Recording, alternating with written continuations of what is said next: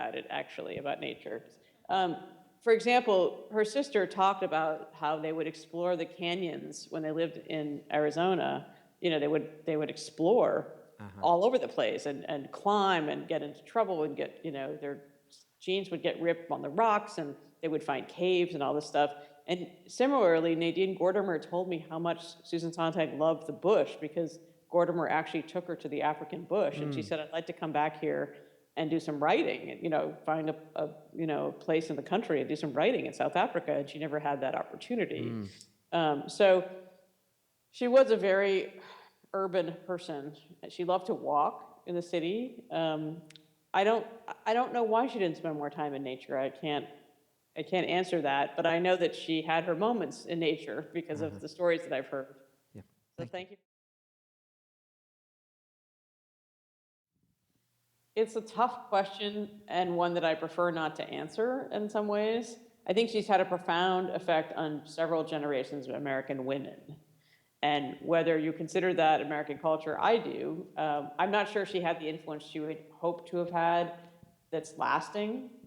There are people who still read Illness as Metaphor and AIDS and its Metaphors and the photography book, and probably will continue to do so. But she's not going to have the afterlife of, Tolstoy and Dostoevsky and the people that she lionized in letters.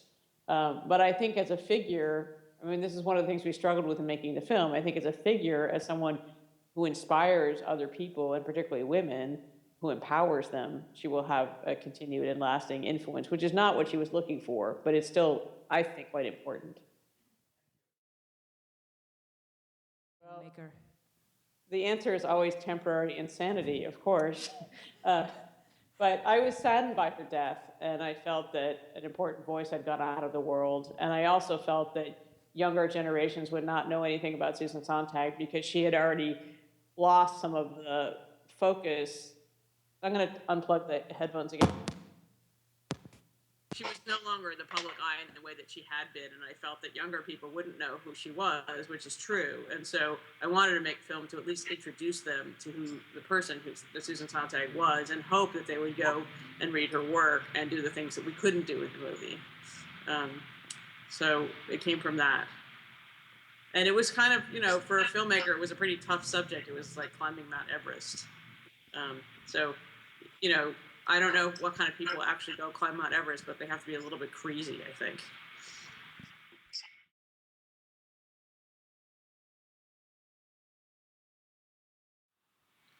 Right. Well, he refused to be part of the film, which is one of the reasons why I didn't dwell on it, because I didn't want to use other people's comments about their relationship. That didn't seem fair to me, to him.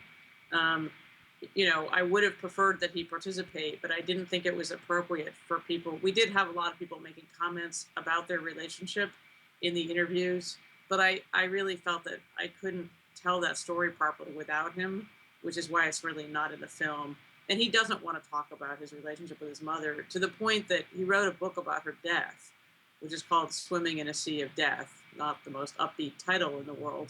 And he said in the book, I'm not going to talk about my relationship before the period where she was dying, even though that was most of his life. And so, we could have taken quotations from that book, but again, it would have been a little bit of a shaky ladder, I think. So there's lots of things I could tell you about this. It was a complicated relationship. I don't think it was easy for either of them. I don't think it was easy for David to be her son. At one point, he was her editor at 4 Hour Strauss, which is very weird. And she said these weird things that we wound up cutting one of them out of the film because it was just too inflammatory. She said something like, he's the equivalent of my husband, my companion. And I think she even uses the word lover. Now, I don't think she was saying that there was incest going on, but they were unusually close in ways that were probably not good for him, as a child. And we really struggled over what to say about this because he was not participating. But I can't really tell you the full truth because he won't talk to me about it. And I hope I've at least answered your question. And it was a very difficult thing for us to not be able to explore that relationship in the film.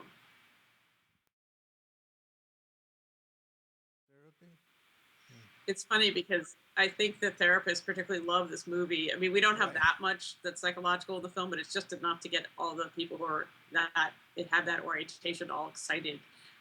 She poo-pooed therapy for years, and then she did wind up going at a certain point. We really understated this, but she was depressed for many periods of her life, and at the same time, I think she thought that that was weak, and she didn't want to admit that somebody else might help her. The other thing is that if you're Susan Sontag, it's going to be hard for you to find a therapist who's smart enough to keep up with you. So she did wind up going, but it was not until fairly late in her life, as far as I understand. Like I think it was probably the 1990s. But even And I don't have a lot of information about this because she may have written about it in one of her journals, but we looked through many, many, many, many journals, but we mostly looked at them, you know, through maybe 1982 or 1983, because the focus of the film is more on the main part of her career than the latter part of her career. So I don't know if there's a journal that I missed at UCLA that talks about being in therapy. There probably is, but she was not a wholehearted proponent of the whole field.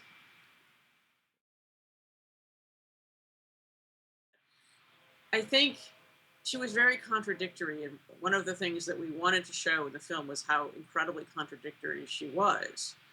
For example, she would help people in places like Sarajevo, in Vietnam, in Israel, but she wouldn't help her friends, in New York City, because she was too busy, forging her path and, doing what she was doing and doing her work. And she felt like she didn't have time to help her friends.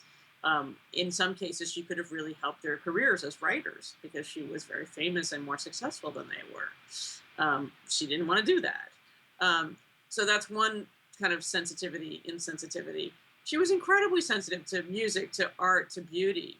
She was not that sensitive to the needs of other human beings. And, the gentleman who asked, I can't see you guys. You can see me, but I can't see you. So I'm just imagining the whole scene there. But the gentleman who asked the question about psychology, I mean, she was narcissistically wounded. So she felt very defended all the time. And she didn't want to spend her energies really understanding other people unless they were writers, or unless they were dead writers in particular. She was a great reader, in a book. She wasn't as great with people, although she could be very, very charming. So there isn't an answer to your question, but I think that, losing her father when she was so young and having this mother that really didn't want to pay attention to her left her, in desperate need of attention. And that's sort of the classic narcissistic personality. And I don't want to overanalyze her because I'm not a therapist or a shrink. I'm not a Freudian even. I'm a filmmaker. But I do think that what Ava was saying was that Susan Sontag was thinking about herself, and she really wasn't capable that much of understanding what was going inside the mind or head of somebody else. It didn't mean that she wasn't sensitive in certain ways. She was, very thoughtful, but she wasn't self-reflective. She wrote a lot of words in her diary, but she wasn't always that self-reflected. And I don't think she would be an easy person to be really close to, because I think at some level she didn't necessarily care what other people felt, which is a hard thing to say. But this was just a very daunting subject from the very beginning, because anytime you make a film about a writer, writing is not an action, right? It's a solitary activity that's done with your brain and maybe with a computer or a typewriter or a pen or a pencil. So there's no footage of her writing. It doesn't exist. I mean, there are a few shots of her at a desk or something. And I don't think we even used those, but we had some footage of her on the phone, which is not exactly the same as engaged in the work of writing. So just from the very beginning, how do you make a film which is a visual medium about a writer, not a visual medium? Even her books were published without photographs. Her books about photography were published without photographs. So that was one thing that was just enormous. The other major problem that we had was that neither Annie Leibovitz nor David Reef, her son, wanted to participate in the film. So we did include them through the use of archival footage, but we didn't have any direct access to them and their stories about her. And these were two of the people who were closest to her.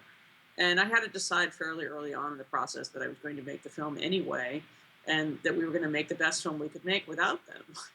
Um, but then there's just this very, very complex story to tell over a long period of time, a big span of American history. A story that I really wanted to have the personal balanced with the public. So, of course, we had to talk about Vietnam and her going to Vietnam, and cancer is probably a better example because there was a very personal part of it, and there was a very public part of it, which was writing her book "Illness as Metaphor." So we were constantly trying to understand how many pieces of the story we could tell because we couldn't make a 12-hour movie or a miniseries, or what I really wanted was an opera because I think her life is in a certain way very operatic. Um, and it has war and love and tragedy and disaster and illness, et cetera, make a great opera. So, and then, the other side of all the challenges was that I got to work with an incredible group of people. I mean, our composers and the editor and these archival footage researchers. And so it was really a team effort. And, that's why we make you guys watch the credits, because you don't make a film by yourself. I'm the producer and director, but a lot of people and a lot of goodwill goes into making a film of this magnitude. And even the people that I interviewed were very gracious with their time. And I think in some cases, they needed me to come talk to them because they had, complicated feelings about Susan Sontag. And I have this joke that people had post-Sontag stress disorder. And so coming to be interviewed would, be a way of sort of healing from their PSSD. But, making a film involves thousands and thousands of decisions. And you just hope you make enough that are the right decisions so that you don't completely mess up what you're trying to do. And I hope that's enough. Yeah, thank you. But I'll just say one more thing. If you're making a 5-minute film, you have a lot of challenges too. It's not solely about the length. But people thought I was completely insane to make this movie.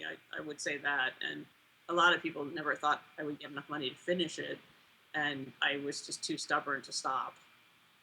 So stubbornness, unfortunately, is the best attribute you can have for making a documentary.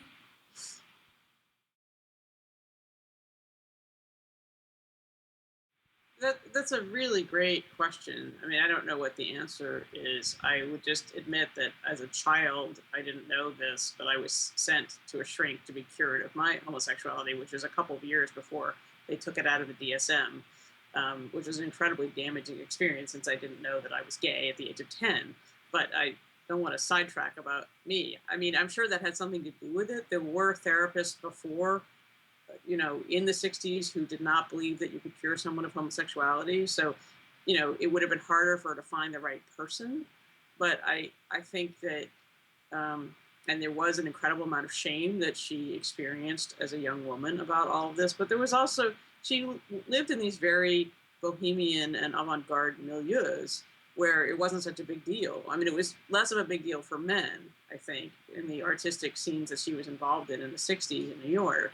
But even in Paris in the 50s, she would have suffered. I think she was right that she would have suffered if she had been very public about her, bisexuality or her homosexual relationships as she was becoming a famous writer. But this is again one of those contradictions. She wrote Notes on Camp in 1964, which was the most radical thing that had come into that world of the literary magazines in the early 60s that anyone could think of. She wasn't saying I'm gay. She was saying look at gay culture and look at the influence that this certain kind of arch sensibility has on American culture. It's all over American culture. So, she was connecting herself to it and distancing herself from it at the same time. And she even makes this, strange dichotomy between camp sensibility and Jewish moral, what does she call it? Jewish moral something or other. Basically, she says, that there are these two radical but important currents in American thought. And one of them is essentially camp. Oh, Jewish moral seriousness, So she was putting herself with a Jewish moral seriousness and sort of disavowing her connection to camp and gayness and homosexuality. But I don't think that her feeling about psychiatry was solely about fear. I think she just didn't think it worked, or it was a waste of time, or what have you. I don't know why she changed towards the end of her life. Um, but I think it was that certainly could have been a part of it. And I think you made a very astute observation, but I don't think that was the whole deal because um, certainly by the 80s, things had changed, and she had not changed her mind about that until later in her life. Thanks for your question.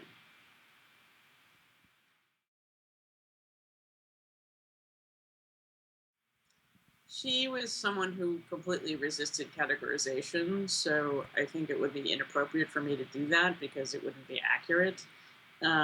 She said famously at some point in the 70s that she had a wonderful adolescence, and it was basically the decade of the 1960s where, she was actually, I think, over 30 when the 60s began, but she said that that was her adolescence. Um, so she was speaking out against the Vietnam War. She did go to Hanoi, while we were bombing Hanoi, the Americans were bombing Hanoi, which was illegal. And so the FBI began to follow her briefly, although they couldn't find much about her except that she went to all these literary events. She was interested in various kinds of avant-garde art. She was interested in feminism, but she was a crappy feminist by some people's standards because she didn't really help other women. I mean, she said, of course, women should be equal. Let's stop talking about it. Of course, it's patently obvious. But she wasn't the kind of feminist who really helped other women get somewhere. She wouldn't have gone to a consciousness raising group to save her life. Um, she was against various wars, but then she said she was not a pacifist with 9/11. So I don't think I really want to characterize her politics because they're a little bit like my mother's. My mother, voted for George McGovern and Ronald Reagan, same lifetime. So, for not talking about my mother. But anyway, she was a radical in certain cultural ways. At times, she was a radical politically, but it was not consistent. And she was also a terrible elitist in culture, and that has some bearing on this as well. That she was not a populist. She believed in great writers and not great writers, and she didn't even like it if students asked her questions that she didn't think were sufficiently sophisticated. So she was.